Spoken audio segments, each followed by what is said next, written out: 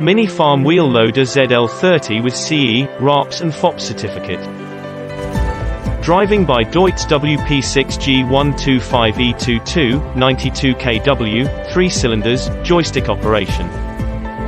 Manual floating function, 4x4 drive, heater inside cabin, 220 volts engine. It work with pallet fork, snow blade, snow bucket, rock bucket, grapple wood fork. Mixing bucket, sand bucket, sweeper, grass holder, grapple bucket, snowblower, etc. It is mainly used to shovel bulk materials such as soil, sand, lime, coal, etc. Also used in highway, railway, construction, hydropower, port and construction projects.